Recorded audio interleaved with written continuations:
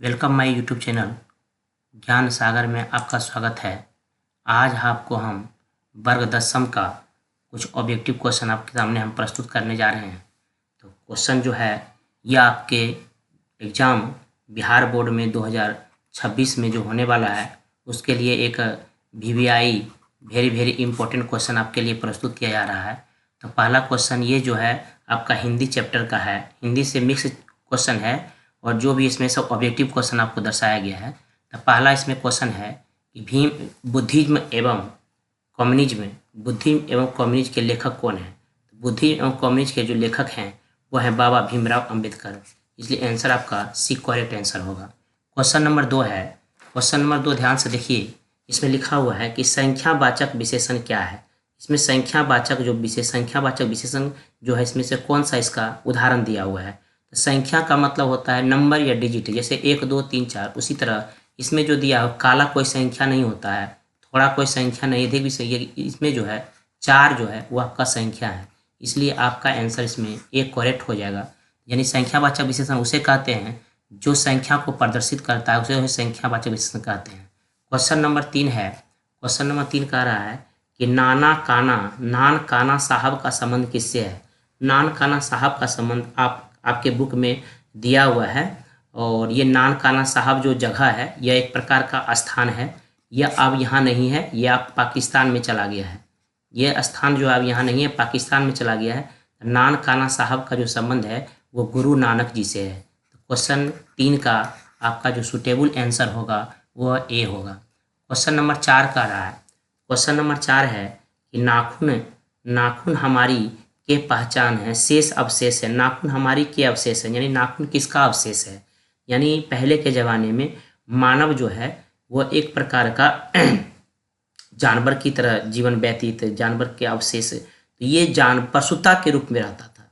तो मानवता के रूप में, दया के रूप में, करुणा के रूप में नहीं, ये पशुता का। नाखून जो मेरा है, नाखून और जो बाल मेरा है, नाखून और बाल जो मेरा वो पशुता का निशानी है। पहले मनुष्य को पूंछ भी हुआ करता था, लेकिन धीरे धीरे यह पूंछ गायब हो चुका है, लेकिन नाखून जो अभी तक गायब नहीं हुआ है। इसलिए पशुता के आपके चैप्टर नाखून क्यों बढ़ते हैं इसी से लिया गया है। तो 4 का आपका जो आंसर होगा वह सी हो जाएगा।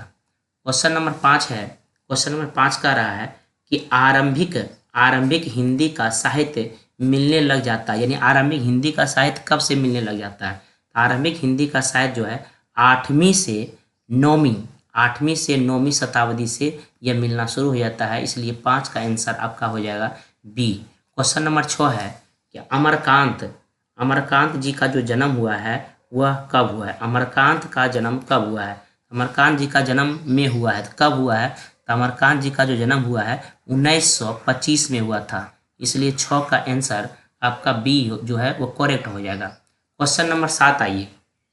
क्वेश्चन नंबर जो 7 है वह व्याकरण से सवाल है। यह जो सवाल है किससे है, व्याकरण से सवाल है। ये पूछ रहा है भाववाचक संज्ञा, यानी संज्ञा का जो भेद होता है वो 5 भेद। अब 5 भेद में पहला पूछ रहा है भाववाचक संज्ञा का उदाहरण कौन है। तो मोहन किसी व्यक्ति का नाम है, तो ये व्यक्तिवाचक संज्ञा हो जाएगा, ये हो जाएगा व्यक्तिवाचक संज्ञा। सेना में बहुत सारे लोग, इसलिए ये हो जाएगा समूहवाचक संज्ञा। बचपन आपका क्या है, भाववाचक। बचपन क्या है, भाववाचक संज्ञा। पत्थर भी नहीं होगा, इसलिए आंसर आपका सी करेक्ट हो जाएगा। 7 का आंसर आपका करेक्ट जो होगा वो सी होगा। आप हमारे चैनल पर लगे रहिए। अगर आपको अच्छा लगे वीडियो जरूर सब्सक्राइब कीजिएगा, शेयर कीजिए। क्वेश्चन नंबर 8 है। क्वेश्चन नंबर 8 है किशोर से मार खाने के बाद बहादुर क्या करता था। किशोर यानी अमरकांत जी का बेटा किशोर। किशोर से जब मार खाता था तो बहादुर जो है चुपचाप कोने में खड़ा हो जाता था, इसलिए आपका 8 का आंसर सी हो जाएगा। वो कुछ बोलता नहीं था, हंगामा भी नहीं करता था, बस चुपचाप आया, कोना में जाके खड़ा हो गया। क्वेश्चन नंबर 9 है कि रूसी जाति की अस्मिता को सुदृढ़ करने वाला साहित्यकार कौन थे। तो ये थे लियो टॉल्स्टॉय, इसलिए 9 का आंसर आपका जो करेक्ट होगा वो ए हो जाएगा। क्वेश्चन नंबर 10 है। क्वेश्चन नंबर 10 है कि कथक नृत्य। क्वेश्चन नंबर 10 कह रहा है कथक नृत्य के पर्याय माने जाते हैं। कथक नृत्य के पर्याय माने जाते हैं, तो कथक नृत्य के पर्याय कौन माने जाते हैं। नंबर 1 है पंडित बिरजू महाराज, बिस्मिल्लाह खां, जाकिर हुसैन, इसमें से कोई नहीं। तो कथक नृत्य के जो हैं वो पंडित बिरजू महाराज माने जाते हैं, इसलिए 10 का जो आपका आंसर होगा वो आपका ए हो जाएगा। क्वेश्चन नंबर 11 है। क्वेश्चन नंबर 11 कह रहा है कि भाववाचक संज्ञा इसमें से कौन सा उदाहरण नहीं है, थोड़ा ध्यान देना होगा आपको बौखने की जरूरत नहीं है। कभी कभी नहीं है, कभी कभी हाँ भी दे देगा। तो भाववाचक संज्ञा इसमें से कौन नहीं है? तो भलाई भाववाचक है, सुंदरता भाववाचक है, अच्छा भी भाववाचक में चला, लेकिन दूध जो है वो द्रव्यवाचक है। इसलिए आपका आंसर बी ये हो गया आपका, क्या है, ये द्रव्यवाचक है, ये द्रव्यवाचक संज्ञा है, ये भाववाचक संज्ञा नहीं है। इसलिए आंसर होगा 11 का हो जाएगा आपका बी आंसर। जीत जीत में निखरत हूँ पाठ के केंद्र में क्या है, यानी इस पाठ का केंद्र बिंदु में कौन व्यक्ति प्रचलित है? इसमें जो है पंडित बिरजू महाराज, जीत जीत निखरत में पंडित बिरजू महाराज जो है वो केंद्र मुख्य व्यक्ति के रूप में इसमें जाने जाते हैं। क्वेश्चन नंबर 13 कह रहा है कि अज्ञे ने सूत्रपात किया था। अज्ञे क्या चीज़ का, किस बात के हैं? ये प्रयोगवाद से संबंधित रखते हैं। अज्ञे जो है किस बात से संबंधित रखते हैं? तो ये प्रयोगवाद से संबंधित रखते हैं। क्वेश्चन नंबर 14 ये आप पढ़े होंगे मदन के बारे में। मदन है कौन है? तो सोफर का बेटा है, सेन साहब का बेटा है, किरानी का बेटा है, सेन साहब का मित्र का बेटा है। ये किरानी का बेटा था, गिरधर लाल का बेटा था। मदन जो है यानी 14 का जो आपका आंसर हो जाएगा वो हो जाएगा आपका सी। 15 है, क्वेश्चन नंबर 15 व्याकरण से संबंधित प्रश्न है ये। क्वेश्चन नंबर 15 कह रहा है कि अन्य पुरुष भेद है। अन्य पुरुष किसका भेद है? अन्य पुरुष जो भेद है वो पुरुषवाचक सर्वनाम का भेद है। इसलिए आपका आंसर इसमें हो जाएगा डी, आपका करेक्ट आंसर हो जाएगा। क्वेश्चन नंबर 16 है, पंडित बिरजू महाराज को गंडा कौन बांधता था? पंडित बिरजू महाराज को गंडा कौन बांधता था? पंडित बिरजू महाराज को गंडा जो बांधता था उसका पिताजी, यानी क्वेश्चन नंबर 16 का जो हो जाएगा वो ए हो जाएगा। क्वेश्चन नंबर 17 है, क्वेश्चन नंबर 17 आप पढ़े होंगे, लौट कर आऊँगा फिर जो है ये कविता है। लौट कर आऊँगा फिर जो है पाठ, ये कविता है। ये क्या है? कविता है। इस कविता के कवि यहाँ लेखक के जगह होना चाहिए, लेखक के जगह यहाँ कवि होना चाहिए, क्योंकि ये कवि हैं। तो कवि जो हैं जीवन आनंद दास जी हैं। ये बंगाल की धरती के बारे में उन्होंने वर्णन किया था। क्वेश्चन नंबर 18 है, जापान पर परमाणु बम गिराया था। जापान पर जो परमाणु बम गिराया था वो किसने गिराया था? तो जापान पर जो परमाणु बम गिराया था वो अमेरिका गिराया था। जापान और नागासाकी और जापान दोनों जगह पे जो परमाणु बम गिराया था वो अमेरिका गिराया था। इसलिए 18 का आंसर हो जाएगा बी। क्वेश्चन नंबर 19 से चले आइए। क्वेश्चन नंबर 19 में कह रहा है दोस्तों, क्वेश्चन नंबर 19 में क्या है? रोन नदी है। रोन नदी कहाँ है? तो रोन नदी जो है वो फ्रांस में है। आप पढ़े भी होंगे रोन नदी कहाँ है, वो फ्रांस में है। क्वेश्चन नंबर 20 है, द्विगु समास इसमें से नहीं है। तो समास के बारे में इसमें चर्चा है। समास आप पढ़े होंगे तो बता सकते हैं। इसमें द्विगु का मतलब होता है द्विगु दोनों प्रधान है। द्विगु यानी इसमें संख्या होना चाहिए। द्विगु समास में क्या होना चाहिए? संख्या होना चाहिए। एक होता है द्वंद्व समास। तो द्वंद्व समास में दोनों प्रधान होता है। इसमें द्वंद्व नहीं पूछ रहा है, ये द्विगु पूछ रहा है। द्विगु संख्या समास नहीं है। शताब्दी में संख्या आ गया, नवरत्न में संख्या आ गया, त्रिलोक में संख्या आ गया, लेकिन भाई बहन में संख्या नहीं है। इसलिए ये हो गया द्विगु समास, ये नहीं है। ये है आपका कौन सा समास है? तो ये है आपका द्वंद्व समास। इसलिए आपका आंसर जो होगा वो बी आंसर हो जाएगा। क्वेश्चन नंबर 21 है। क्वेश्चन नंबर 21 कर रहा है, लेखक अपने पिता से मछली क्यों मांगना चाहता? लेखक जो है अपने पिता से मछली क्यों मांगना चाहता था? इसलिए कि वो चाहता था कुआं में डालेंगे और उसको पालेंगे और फिर निकालेंगे, खेलेंगे, फिर रखेंगे। इसलिए 21 का आंसर आपका सी हो जाएगा। क्वेश्चन नंबर 22 है, कविता ही नहीं है। कभी कभी छोटा छोटा क्वेश्चन भी आपको बड़ा सामने प्रस्तुत हो जाता है। कविता नहीं है, क्या कविता नहीं है? अक्षर ज्ञान कविता है, स्वदेशी कविता है, हमारी नींद कविता है, लेकिन शिक्षा और सांस्कृतिक कविता नहीं है। इसलिए आपका 22 का आंसर आपका डी हो जाएगा। क्वेश्चन नंबर 23 कह रहा है, क्वेश्चन नंबर 23 कह रहा है कि मोहरा नदी जो है शहर से कितना दूर था? तो ये आप पढ़े होंगे, मोहरा नदी जो है शहर से कितना दूर था? 3 मील दूर था। मोहरा नदी, ये भी आपका मछली शीर्षक कहानी से लिया गया है। मोहरा नदी शहर से 3 मील दूर था। राजदूत में है, राजदूत जो है कौन सा समास है ये पूछ रहा है। कि तत्पुरुष है। राजा का दूत तो हो जाता है राजदूत, यानी जहाँ कर्ता कर्म करण, यानी जहाँ भी ये आपका कारक का विभक्ति आता है तो वही हो जाता है आपका तत्पुरुष समास। यानी सातों का सातों इसमें जो है कारक में जो सातों जो विभक्ति का जो चर्चा किया गया है तो वो तत्पुरुष समास के अंतर्गत आता है। क्वेश्चन नंबर 25 है। क्वेश्चन नंबर 25 कह रहा है कि अभिन्यो किस नदी के किनारे है? तो अभिन्यो जो है वो रोन नदी के किनारे है। याद रखिए, अभिन्यो किस नदी के किनारे है? तो अभिन्यो जो है वो रोन नदी के किनारे अवस्थित है। क्वेश्चन नंबर 26 है कि गिरधर लाल है गिरधर लाल है को कौन है? तो गिरधर लाल जो था सेन साहब का यानी मदन का पिता था। इसमें अगर रहता कि सेन साहब का किरानी तो चलता, किरानी इसमें कहीं नहीं चर्चा है, ये भी नहीं होगा। सेन साहब का भाई भी नहीं है, सेन साहब का पड़ोसी भी नहीं है, ये मदन का पिता था, इसलिए आंसर आपका सी है। कभी कभी घुमा फिरा के क्वेश्चन भी दे दिया जाता है, तो ध्यान में रख कर पढ़ना है और एग्जाम में सबसे अधिक अंक लाने की कोशिश करना है। क्वेश्चन नंबर 27 है, संतु के मारे कांप रहा था। संतु जो क्यों कांप रहा था? तो संतु जो है ठंड के मारे कांप रहा था, ठंड अधिक लग रहा था क्योंकि वो भीग चुका था पानी में, इसलिए वो कांप रहा था। तो 27 का आंसर आपका ए हो जाएगा। क्वेश्चन नंबर 28 कह रहा है बहुब्री समास है। तो बहुब्री समास में क्या होता है कि बहुब्री समास वो सामान्य अर्थ को छोड़कर एक विशेष अर्थ प्रदान करता है, इसलिए ये सब इसमें सही नहीं है। इसका आंसर होगा कोई भी पद प्रदान नहीं होता है, इसलिए 28 का आंसर जो आपका हो जाएगा वो डी हो जाएगा। क्वेश्चन नंबर 29 है, मैक्समुलर के अनुसार, मैक्समुलर जो है उनके अनुसार सबसे अधिक संपदा और प्राकृतिक सौंदर्य कहाँ है?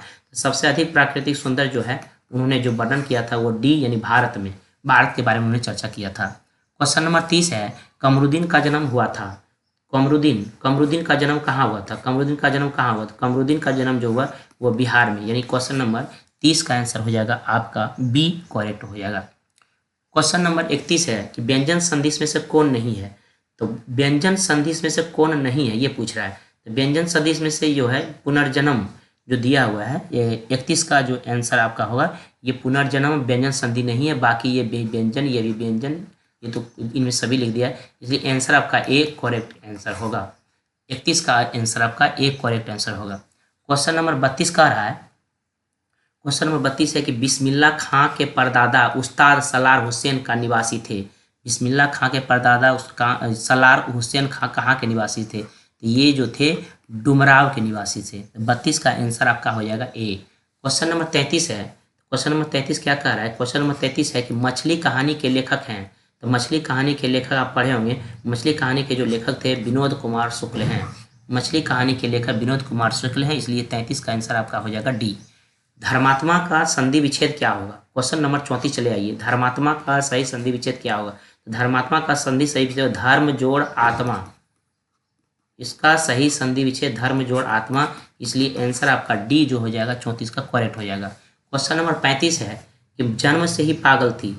जन्म से पागल कौन थी? तो आप पढ़े होंगे माँ शीर्षक कहानी में, ये माँ से ही लिया गया है वर्णिका जो है, तो इसमें जो है मंगू जो है जन्म से ही पागल भी थी और गूंगी भी थी, इसलिए आपका आंसर सी करेक्ट हो जाएगा। क्वेश्चन नंबर 36 है, पंडित बिरजू महाराज का जन्म कब हुआ? तो पंडित बिरजू महाराज का जन्म जो हुआ 4 फरवरी 1938, इसलिए आपका आंसर एक करेक्ट आंसर हो जाएगा। क्वेश्चन नंबर 37 है, ला मादा मोलोज द अबिन्यो किसकी कृति है? ये जो है पिकासो की कृति है। क्वेश्चन नंबर 37 का बी आपका करेक्ट आंसर हो जाएगा। क्वेश्चन नंबर 38 है कि ला शत्रुज का धार्मिक उपयोग कब से कब तक होता रहा? ला शत्रुज का जो है धार्मिक उपयोग कब से कब 14वीं सदी से लेकर फ्रेंच क्रांति तक होते रहा, इसलिए आपका आंसर डी हो जाएगा। 38 का डी करेक्ट आंसर हो जाएगा। मछली कहानी में किस वर्ग का चित्रण किया गया? क्वेश्चन नंबर 39, मछली कहानी में किस वर्ग का चित्रण किया गया? मछली कहानी में जो है निम्न मध्यम वर्गीय परिवार का चित्रण किया गया। क्वेश्चन आंसर आपका सी करेक्ट आंसर हो जाएगा। उसके बाद क्वेश्चन नंबर 40 है, क्वेश्चन नंबर 40 है, बहादुर जो है लेखक के घर से अचानक क्यों चला गया? तो बहादुर जो है जब लेखक उसको पीटे थे इस कारण से वो दुखी हो गया था, इसलिए घर से चला गया था। तो स्वयं के प्रति लेखक तथा उसके घर वालों के व्यवहार में आए परिवर्तन के कारण वो चला गया। बस वो खाने पीने में माहिर था, बस खाता पीता था और काम करता था, अब काम करने में एक जरा सा भी जी नहीं चुराता था। लेकिन जिस दिन लेखक उसको मार दिए उसी दिन से उसका दिल टूट गया और वहाँ से वो चला गया था।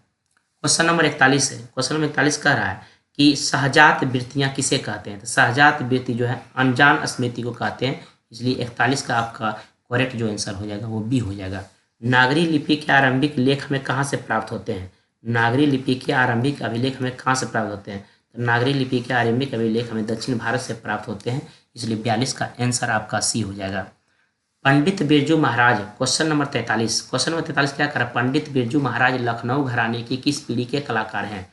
पंडित बिरजू महाराज जो लखनऊ घराने के वो जो है 7वें पीढ़ी के कलाकार हैं, इसलिए आपका बी आपका जो हो जाएगा करेक्ट आंसर हो जाएगा। क्वेश्चन नंबर 44 है, बेतमा दान पात्र किस समय का है? तो बेतवा जो दानपत्र है वो आप पढ़े भी होंगे, 1020 के समय का, 1020 ईस्वी का समय का है ये बेतवा दानपत्र। क्वेश्चन नंबर 45 है। क्वेश्चन नंबर 45 वर्णिका से लिया गया। सीता के बेटे ने सीता को कितने रुपये महीनवारी के रूप में देने का निर्णय लिया था? 50-50 रुपये बोला था कि हम 50-50 रुपये तीनों भाई मिलकर दे देंगे। और तीनों बेटा का नाम जानबे करते हैं। एक का नाम था कैलाश, दूसरा का नाम था नारायण और तीसरा का नाम था बिज्जू। ये तीनों मिलकर अपने माँ को 50-50 रुपये देने की बात कर रहा था, इसलिए सीता अपनी घर को छोड़कर भी चली गई थी। क्वेश्चन नंबर 46 है। क्वेश्चन नंबर 46 है कि बहादुर को कितने रुपये चोरी का इल्जाम लगा? तो बहादुर पर 11 रुपये का चोरी का इल्जाम लगाया गया था कि तुम 11 रुपये चुरा लिया है। उसके यहाँ रिश्तेदार आया था, 11 रुपये चोरी का इल्जाम लगाया गया था, लेकिन बेचारा चुराया नहीं था वो। क्वेश्चन नंबर 47 है कि बुढ़ापा में कौन सा प्रत्यय? प्रत्यय कहते हैं शब्द के अंत वाला। तब पा, बुढ़ापा, कोशिश करेंगे पा, इसलिए इसमें आंसर हो जाएगा 47 का आपका आंसर हो जाएगा, एक करेक्ट आपका आंसर हो जाएगा। मेरा चैनल का नाम ज्ञान सागर 40 है। जिन बच्चों को अगर अच्छा लगे तो एक बार जरूर सब्सक्राइब कीजिए। क्वेश्चन नंबर 48 है। क्वेश्चन नंबर 48 है कि निम्नलिखित में से कौन सा शब्द शुद्ध है? इसमें से उच्छ्वास जो लिखा हुआ है, ये उच्छ्वास, ये शब्द आपका शुद्ध है। बाकी ये शब्द जो है ना वो सब इरर है, सब गलत है। क्वेश्चन नंबर 49 का रहा है, लास्ट क्वेश्चन बचा हुआ है। क्वेश्चन नंबर 49, निम्नलिखित शब्दों में से कौन सा शब्द शुद्ध है? चर्मोत्कर्ष, ये जो लिखा हुआ है 49 का ए, ये आपका करेक्ट है, चर्मोत्कर्ष। बाकी जितना भी लिखा हुआ ये सब गलत है। Last question, question number 50। Question number 50 में कह रहा है, क्वेश्चन नंबर 50 क्या कह रहा है, ध्यान दीजिए। क्वेश्चन नंबर 50 है, क्वेश्चन नंबर 50 कह रहा है वर्ण कितने प्रकार के होते हैं? तो वर्ण 2 प्रकार के होते हैं, इसलिए 50 का आंसर हो जाएगा। एक है स्वर वर्ण और दूसरा है व्यंजन वर्ण। एक होता है स्वर वर्ण और दूसरा होता है व्यंजन वर्ण। ये वर्ण 2 प्रकार के होते हैं, इसलिए 50 का ये हो जाएगा। आपको वीडियो कैसा लगा? अगर आपको वीडियो अच्छा लगा तो लाइक शेयर जरूर पसंद कीजिएगा। धन्यवाद।